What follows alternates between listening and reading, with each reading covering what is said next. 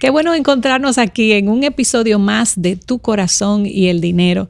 Chacho, ya estamos en la recta final de esta temporada y quiero recordar que hemos titulado esta temporada Mis finanzas y la iglesia. Hemos estado hablando de nuestros aportes financieros, hemos estado hablando de doctrinas incorrectas, el evangelio de la prosperidad, muchísimas cosas. Pero hoy de manera especial queremos hablar de los principios para aportar financieramente a la obra de Dios.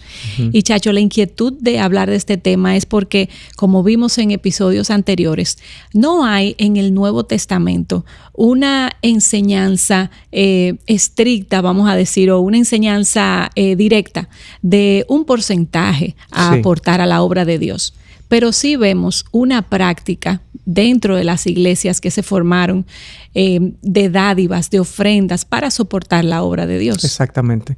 Sí, como decíamos, no hay una ley que nos obligue, por así decirlo, a una dádiva específica.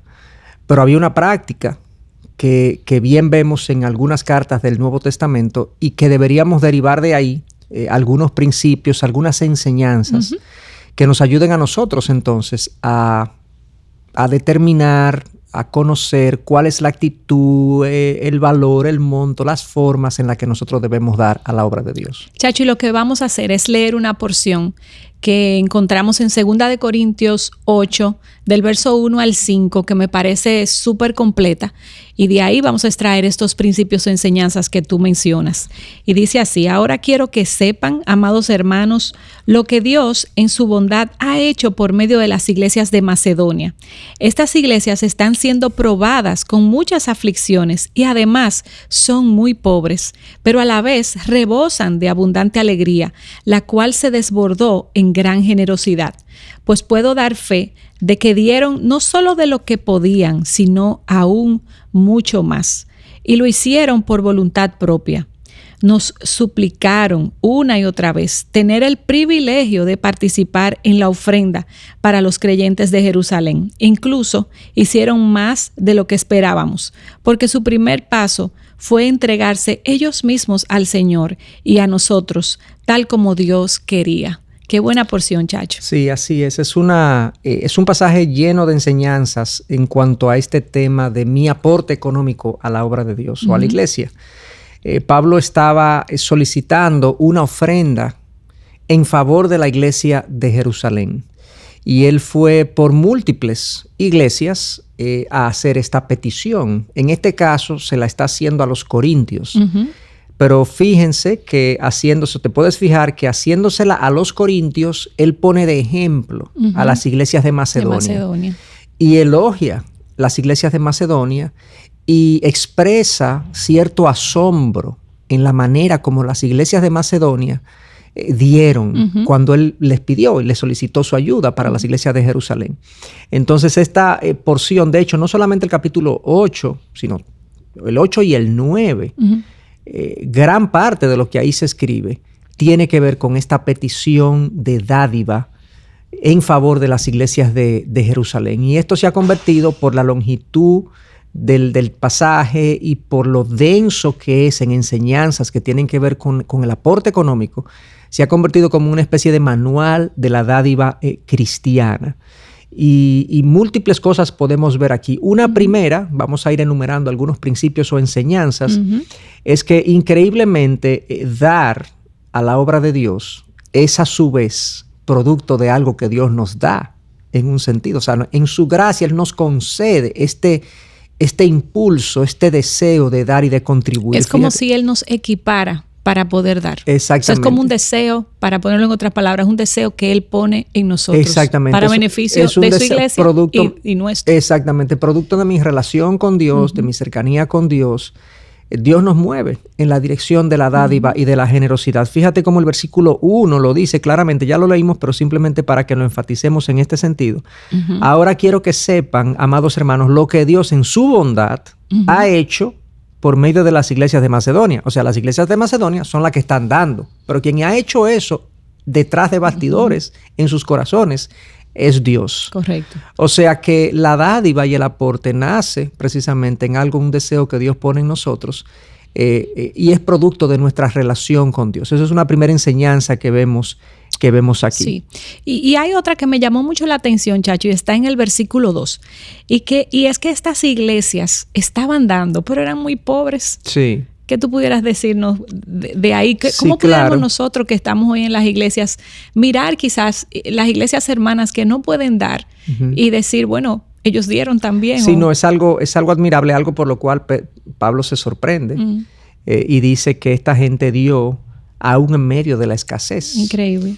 Uno puede derivar de ahí que claramente la dádiva a la obra de Dios no necesariamente tiene que esperar la abundancia, porque uno no da de lo que a uno le sobra. Según este texto, esta gente no dio de lo que les sobró, sino que ellos vieron que habían otros en mayor necesidad que ellos y ellos se movieron en esa dirección. Pablo no dice cuánto dieron, simplemente habla de que dieron. Él se sorprendió de lo mucho que dieron, considerando las condiciones en las que se encontraban. O sea que es algo a aprender, es algo a reflexionar, incluso es algo a orar.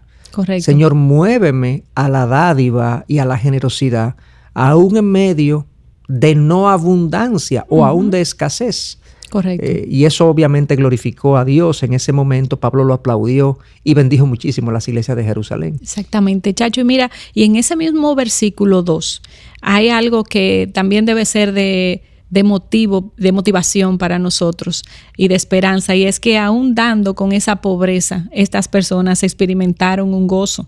El versículo dice pero a la vez rebosan de abundante alegría, la cual se desbordó en gran generosidad. Increíble como esta gente al dar dieron, como dice el versículo, contentos. Sí, así es el principio de que es más bienaventurado dar que recibir. Yo creo que la dádiva y nuestro aporte a la obra de Dios no solo debe ser motivada por el gozo en nuestra relación con Dios. O sea, cuando yo tengo una relación con Dios de gozo y de plenitud, yo tiendo a dar. Uno abre las manos cuando uno se siente bendecido, cuando uno se siente provisto, no necesariamente en el aspecto económico, porque esta gente era pobre, pero esta gente se sentía gozosa y dio, producto de su gozo en su relación con Dios, dio. Pero a la vez, el dar produce más gozo. A su vez, es como un círculo virtuoso. Del gozo me lleva a dar, el dar me produce gozo y yo me regocijo en la dádiva. Entonces, sí, esta gente evidentemente estaban en un buen momento espiritual. Es un indicador de mi relación con Dios, de mi cercanía al Señor, de mi frescura en mi relación. Y de mi confianza en el Señor, porque aún en mi pobreza doy, no para recibir algo a cambio, como hemos enseñado, sino sabiendo que esto agrada a Dios. Así es. Que los otros lo necesitan. Así es. O sea que hasta aquí podemos ver estas tres enseñanzas o principios. Primero, que Dios hace obras en nosotros, una obra en nosotros y nos mueve a dar. Segundo, que la dádiva cristiana no depende de mi abundancia. Muchas veces doy en mi escasez y eso es algo sacrificial. Sacrificialmente, exactamente. El tercer aspecto que vimos es que el gozo me mueve a dar. Cuando mi relación con Dios está bien y es productora de gozo en mí, yo me muevo a dar y eso produce a su vez más gozo en mi corazón. Y yo te quiero leer, Chacho, el versículo 3 para que tú nos expliques el contenido o la exhortación que hay ahí. Dice, pues puedo dar fe de que dieron no solo lo que podían, sino aún mucho más. ¿Cómo podemos interpretar ese versículo? Sí, tú mencionaste el concepto hace unos minutos de dar sacrificialmente. Esta gente dio no solo lo que podían, sino aún mucho más. Cuando yo leo eso, parecería que ellos dieron y se colocaron ellos mismos en una necesidad.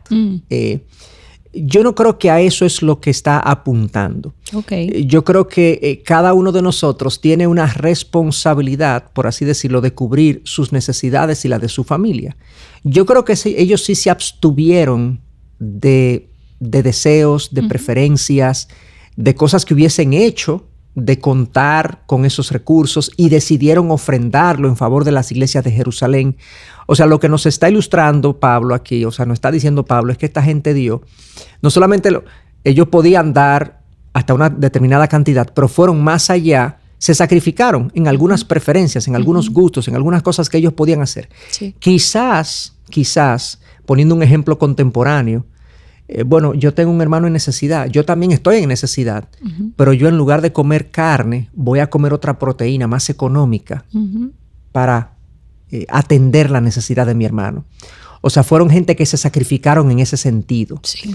Entonces eso lo vemos aquí y es algo que Pablo aplaude y que Pablo lo pone como ejemplo. Y nos impulsa a nosotros, nos reta. Es como un reto de evaluar cada situación de nuestra vida, cada necesidad a nuestro alrededor y ver si podemos hacer un poco más. No, y que normalmente nosotros como que no llegamos ahí. O sea, no llegamos a veces no queremos ni pensarlo. Exacto, no llegamos a que nos duela la dádiva. Sí. Ni nos pasa por la cabeza que nos vamos a eximir de algo que nosotros quisiéramos para suplirle la necesidad al otro. Eso como que no está.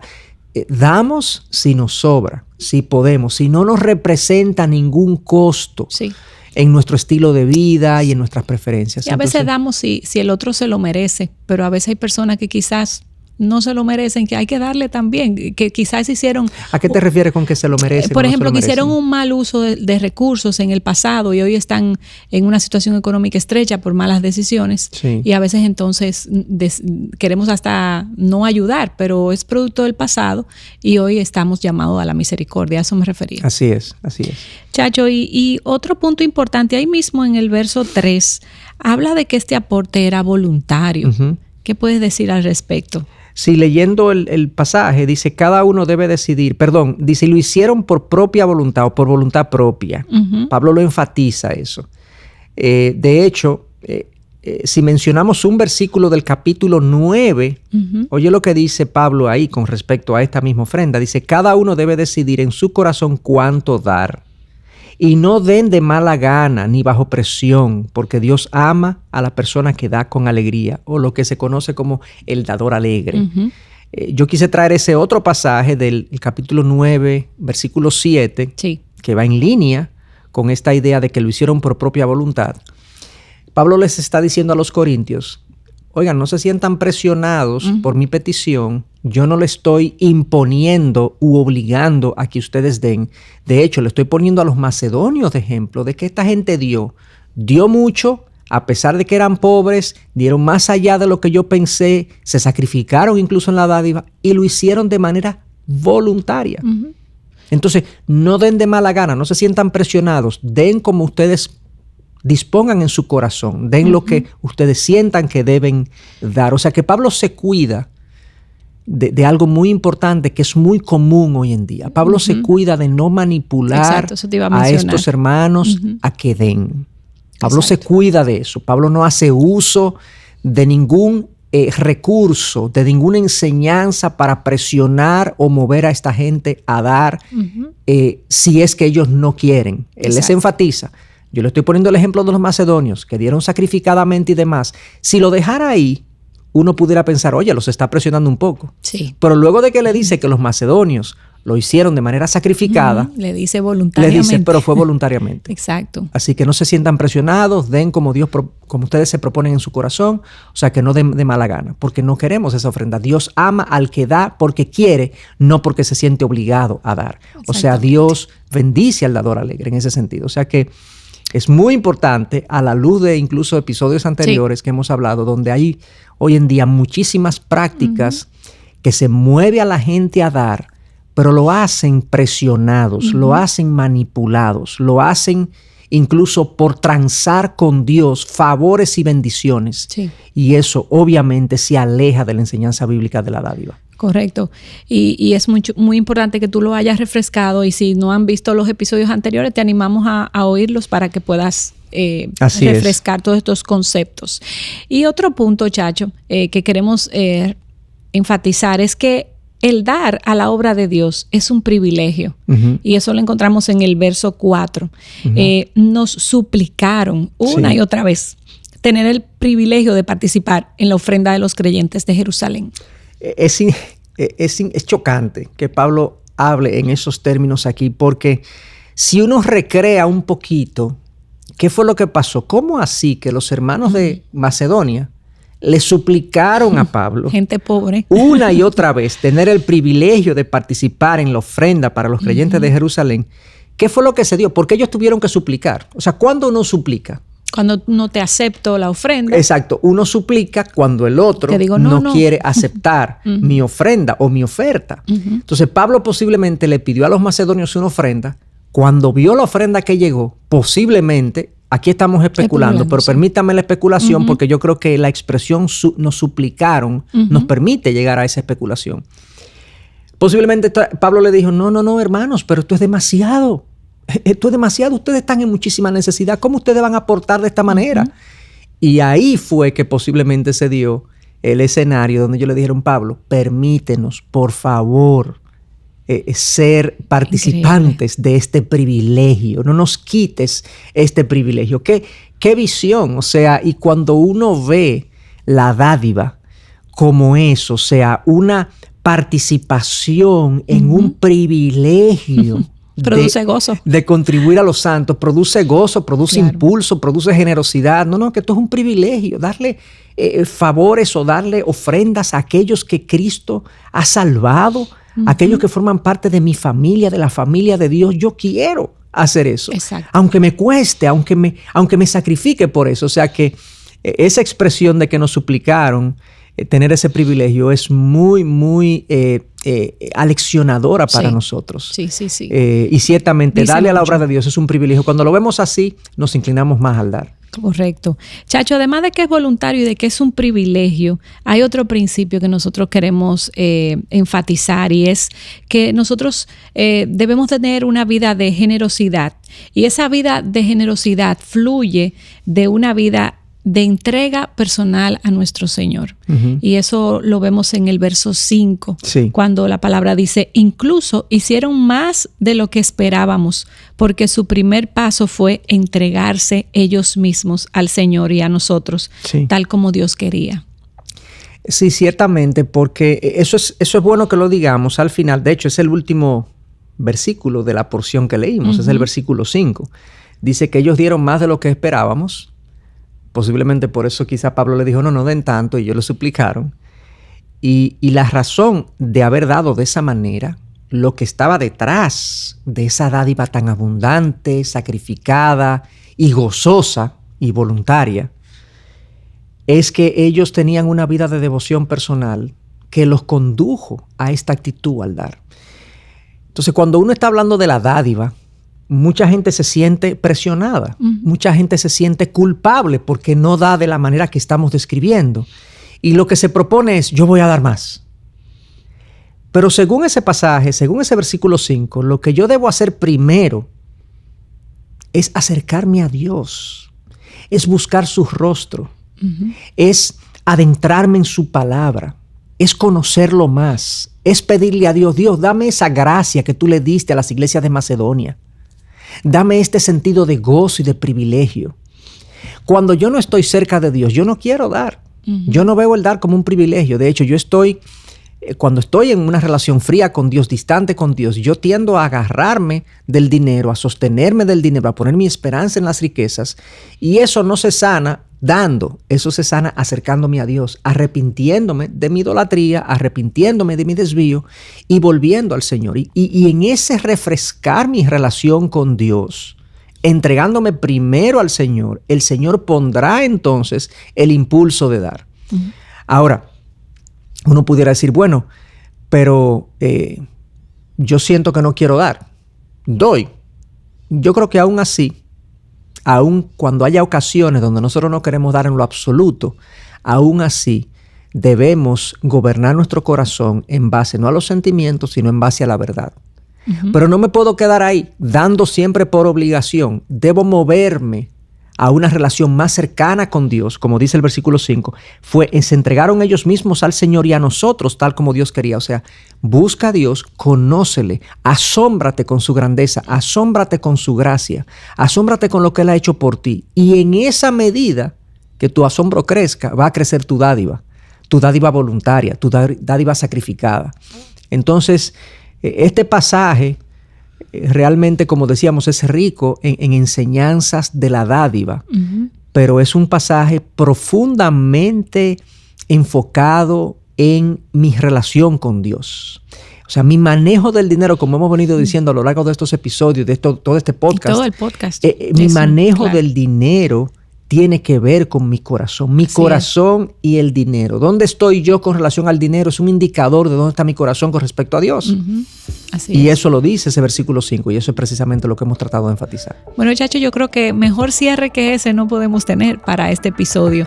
Así que a ti que nos escuchas o nos estás viendo, te esperamos en una próxima entrega de Tu Corazón y el Dinero.